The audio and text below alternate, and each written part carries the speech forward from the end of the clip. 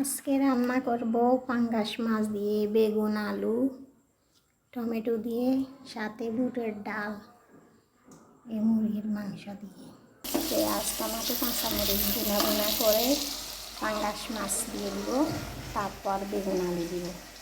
এই বেগুন আলু দিয়ে পাঙ্গাস মাছ দিয়ে আজকে রান্না করব। আর এইদিকে হচ্ছে বুটের ডাল, মুরগির গরুর মাংস, তারপর ওই যে গলা হাড্ডি এগুলো দিয়ে বুটের ডাল রান্না করছি আজকে দুপুরের। জ্যান্ত পাঙাশ মাছ, টমেটো, ধনে পাতা, জিরা ভাজা গুঁড়া দিছি। আর রান্না করছি এখানে বুটের ডাল দিয়ে মুরগির মাংস দিয়ে।